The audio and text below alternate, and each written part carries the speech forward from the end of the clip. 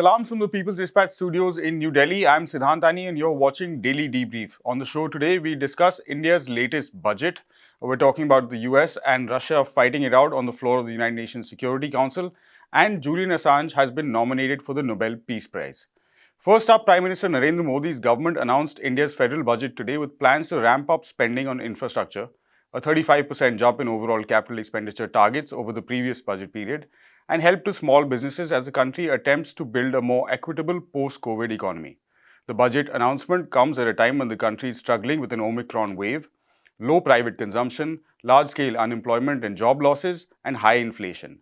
Over the past 2 years, the Modi government has come under criticism for not doing enough to address these issues and to deal with increasing gaps between the very narrow top of the pyramid and an increasingly desperate informal sector that accounts for the incomes of a huge majority of Indian households. Senior journalist Anindya Chakrabarti is with us now via video conference. Anand, good to see you on Daily Debrief. Key bits first up that you noticed from Nirmala Sitharaman's latest budget. Siddhant, before I go into that, a quick word on what happened in the last budget, as to what has happened in this particular year. And on the face of it, the government's performance has been very good. The economy's performance in that sense has been very good, if you just look at the data from the budget itself. Because what the government expected to raise from taxes, it has actually done much, much more than that. But that's the question. If our economy has just kind of made it gradually back to where we were 2 years ago, why have taxes gone up so sharply? And we understand that who pays the taxes? It's the richer people who pay taxes, right? It's big corporates who made record profits who pay taxes. So the rise in taxes on a base where the GDP has still not fully gone back to where it was, right, tells us that inequality has increased and concentration of wealth and income has taken place at the top, right? And big corporates have captured a larger part of the market, and the informal sector, as you know, in India, there are small businesses, small entrepreneurs, small hawkers who had a significant part, and they're the biggest employers. That has got dried out, and that is why you're seeing more taxes coming, because big corporates have captured the market, and the top tax-paying people are paying more taxes because they appear to have earned more. So that's right. The first part. Now, if I look at in the introduction, you said that there seems to be an increase in capital expenditure. Right? It's gone up by 35-36% compared to what the government spent last year. And if you actually compare to what it had estimated to spend, then it has gone up by even more, what it wanted to spend. Right? Then it has gone up by even more. But there's a catch here, because about 1.5 lakh crore. Your viewers might not be able to immediately understand what that means, but it's a significant part, right? 1.5 lakh crore of, or about 0.7% of GDP is additional amount is being spent by the government. But out of that, 30% is actually going to go to one public sector unit telecom company, which has been, where there's been a lot of talk of it being privatized, sold to private companies. And that money is being infused into that company to be able to bid for 4G spectrum, which will make it more attractive to future buyers. Yes, the government has said to questions that it has no plan right now to sell that particular telecom company, that government-owned telecom company. But we know that there's been talk for a long time. And no one will be surprised if 1 year down the line, after it has been dressed up, this company is going to be sold. Also, a part of that capital expenditure is actually going to come right back to the government, which actually sells spectrum. Telecom spectrum is sold by the government, and that money is going to be taken, is going to be given by on one hand and taken back on the other. Another 1 lakh is actually not direct spending, 1 lakh crore, right? Or about 70% of the additional expenditure is not direct spending in capital infrastructure by the government, but it is going to be an interest-free loan being given to states for capital expenditure. They are going to be given this interest-free loan, and they will be told to invest in certain government schemes, right? Central government schemes. So in that sense, it is a tied support to states, but it's a loan. So it's not direct expenditure by the government. Yes, of course, two key things we see is that there is more money going to be spent on building rural roads, more money will be spent on building rural homes, and a significant additional amount is being spent on providing water, right? Water in taps to homes in villages. These are welcome things. Hopefully, they will have a multiplier in terms of employment, but the government is actually reducing its allocation on the most famous, I think globally most famous rural employment guarantee scheme in any third world country, and that is what is called the Mahatma Gandhi Rural Employment Guarantee Scheme, right? The government's allocation is actually going down here. But yes, this allocation is demand-based, that might go up, and we might end up seeing total government expenditure going up by the end of the year. And we've seen that a lot of times what happens is governments show lower expenditure because they want to show that they're going to end up with a lower fiscal deficit. So that's the key things in the budget, I would say. All right. You mentioned the Rural Employment Guarantee Scheme. Unemployment is something that I think our wider audience will also relate to because it's an issue being faced by economies around the world. In that context, there was hope also for something similar to be happening in an urban setting. Yes, absolutely. Nothing like that. Is there enough in this budget? Right. Nothing like that seems to have happened, and I'll say why. I'll tell you why that is unlikely to happen as well, unless it comes, right before the next general elections. That is because that any such project is going to push up wages, right? It'll set a minimum guarantee wages. Although, even in this rural employment guarantee scheme in India, wages are lower than the market price. But it's a guaranteed amount of money that people get, jobs that they get. And that is a problem for the corporate sector, right? So corporate profits are at a record level largely because of lower tax rates. They made huge profits. Their costs have gone down. They've sacked people. Their wages are more or less stagnant in real terms, inflation-adjusted terms, but their profits have dramatically jumped. And right now, globally, inflation is showing up, especially in input costs. So if you give wage support even in urban areas, then the organized corporate sector is not going to like that. And I suspect that is one of the reasons that you're not going to see such a scheme very soon. Anand, that's all that we have on Daily Debrief today. Thanks very much for that update on what is Asia's third and the world's fifth largest economy. The US and Russia have had angry clashes on the floor of the United Nations Security Council after the former called a special meeting to discuss the situation on the Russia-Ukraine border. Russia's deputy UN ambassador, for example, Dmitry Polyansky, responded by saying, I quote here, I can't recall another occasion when an SC member proposed to discuss its own baseless allegations and assumptions as a threat to international order from someone else. Hopefully, fellow UNSC members will not support this clear PR stunt, shameful for the reputation of the United Nations Security Council, end quote. However, Russia later lost the procedural vote and the meeting went ahead. People's Dispatch's Abdul joins us now. Abdul, what exactly went down on a day of strong rhetoric at the United Nations Security Council?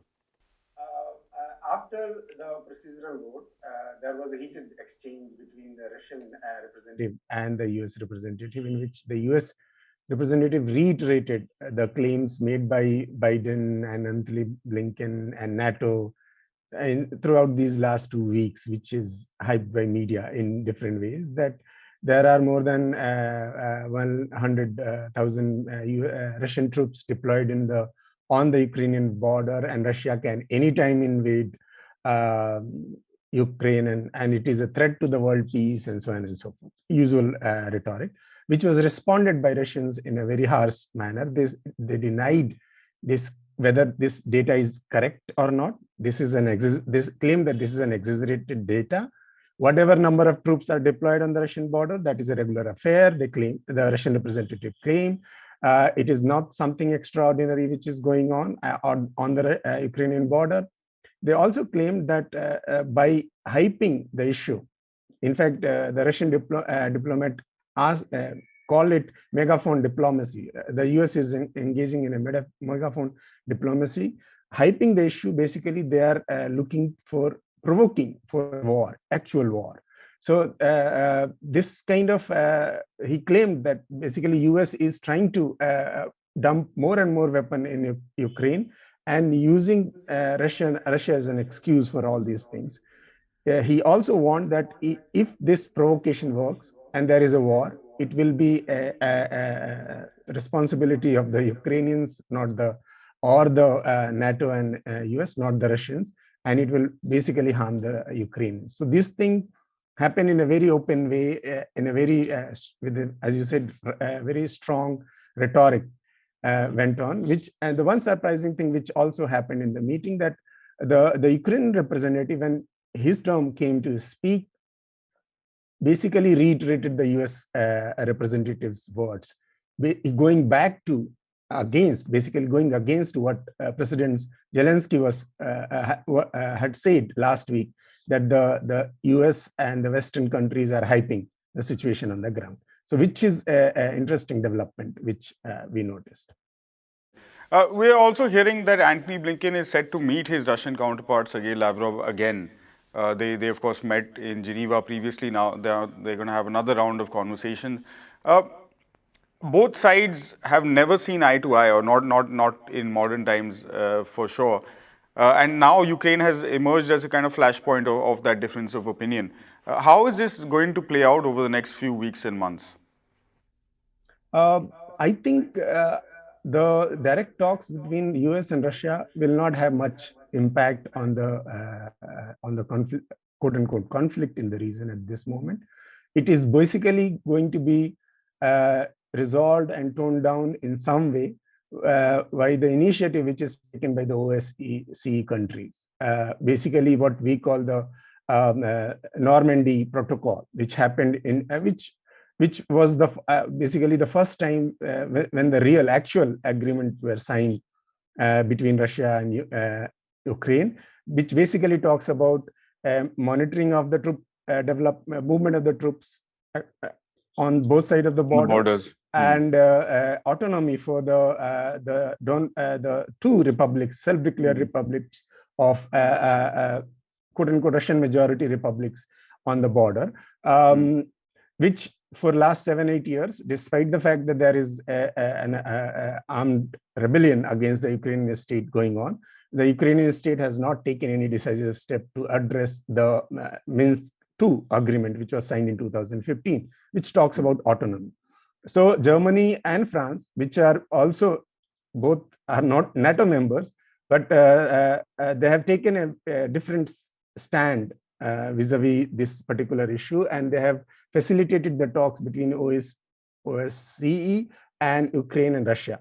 So I think the resolution on those lines will be the future, which will happen. There is a diplomatic development going on that side also. As far as NATO's expansion or eastward expansion, which is the central issue raised by Russians in this case, I think this is not going to be resolved here, because US has been adamant that they will not. They will not compromise on that. So I think we have to look elsewhere for any kind of pacification or positive development, which is towards the re-emergence of the Normandy Protocol. I think important to also note that this eastward expansion of NATO, in fact, it sort of ignores the de facto position on the ground, which doesn't include the sort of inclusion of Ukraine as well as Georgia as full NATO members anytime in the near future. Thanks, Abdul, for that update. And we'll keep coming back to you for more as this story develops. And finally, WikiLeaks founder Julian Assange has been nominated for the Nobel Peace Prize for his fight for human rights, democracy and press freedoms. It was confirmed today by German member of European Parliament, Martin Sonnenborn. Sonnenborn was responding to an appeal by Assange's partner Stella Morris ahead of the nomination deadline for the Peace Prize. Like we said before, his actual confirmation of the nomination was on the grounds of Assange's fight for human rights, democracy and press freedom. The Norwegian Nobel Institute, which issues the global award, confirmed the nomination had been successfully submitted. Last year, the committee faced flack for not including Assange as a co-recipient of the Peace Prize, awarded to journalists Maria Ressa and Dmitry Muratov. Assange has faced over 10 years of persecution for his work as a journalist and publisher, and recently completed 1,000 days at the UK's high security Belmarsh prison, where he waits for the next step in an appeal process against extradition to the United States. If extradited, Assange could face up to 175 years behind bars in the US under the Draconian Espionage Act after he revealed crimes and atrocities committed in Iraq, Afghanistan, and elsewhere. Anish, how important is the nomination of Julian Assange for the Nobel Peace Prize in the context of his work publishing the atrocities of, well, some of the biggest governments in the world? So one of the first things we need to understand is that the nomination per se may or may not result in a prize, and even then, it's like, and so the nomination as such doesn't have much political significance. But what it shows to us is that there is growing support for Assange, not only for the work that him and WikiLeaks at large has done over the past decade, more than a decade actually, and but also for his release and for completely unconditional release and against the extradition process that the United States has been pursuing against him. And this also marks because this is the first time he actually qualifies for the nomination. You need to know, like, because the nominee himself is an elected member of a legislature. This nomination makes it automatically eligible for consideration for the shortlist that will be coming out maybe like later in February or somewhere in by mid-March, which will not be released. But because the nominator has made it public, we know this is a fact. Yeah. Exactly. Among the other people in the nominees that we know so far includes Pope Francis of all people. So we are as the nomination process will actually show the political undertones of how the committee will select the final prize winner eventually. On the other hand, we need to be very mindful of the fact that this Assange was often overlooked consistently, because this is not the first time that his supporters or his family members have actually raised the demand for a nomination or in the Nobel Committee, but this is the first time it's happening. The demand has been there since 2010 at least, and so this shows that the political conditions, not just in Europe, but also across the world, is changing when it comes to understanding the gravity of US war crimes. Yeah, absolutely. And because, Anish, we haven't had a chance to really get an update on the subject, last week, the first step in that appeals process against extradition to the United States kind of went through. So where does Assange's appeals process now stand? So right now, the Supreme Court of the United Kingdom has to accept the appeals by Assange.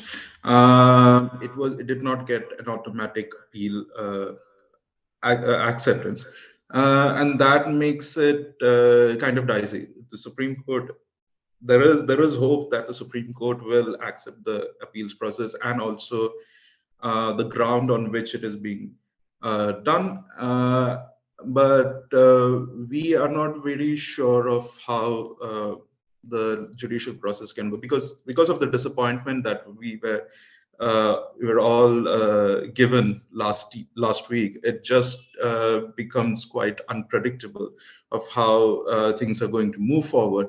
We also need to understand that the appeals itself has been limited very drastically to just this one aspect of whether or not it was right for the judges to make a consideration of assurances or political assurances given by the United States when it comes to his extradition and to the United Kingdom, and whether it is appropriate for a court to do that, and if it is appropriate for a court to do that after the judgment was passed last year. So in that sense, and this compared to the appeal that was accepted when it came to the United States, appealing against the extradition judgment by Vanessa Barrett's, the district judge who canceled the extradition request by the United States. We can actually see how they were given expanded grounds, actually, very extensive grounds of going against that judgment. And when it came to Assange appealing against that High Court judgment, it was limited to this very particular thing. None of the facts that there were political issues behind the extradition process. There could be a human rights violation while he would be under detention in the United States, of the prison conditions, his mental health conditions, which were the primary basis of rejecting the extradition by the district court last year in January. We are completely shorn of those factors in the current appeals process. Nevertheless, we'll be expecting the defense to bring these issues to the front when it comes to the trial, that if the appeals goes through the Supreme Court, that then the trial that will happen, we can see those arguments coming up again. But these are the factors that were not considered by the High Court, be it when they were considering the appeals by the United States or when they were considering the appeal by Assange himself. Right. All right. Thanks very much for that, Anish. That's all we have on the show for today from the entire People's Dispatch team. Thank you very much for watching. For more on all of these stories, you can visit our website, peoplesdispatch.org, and do give us a follow on all the regular social media platforms for updates on the work we do. We'll be back again, same time, same place tomorrow. Until then, goodbye.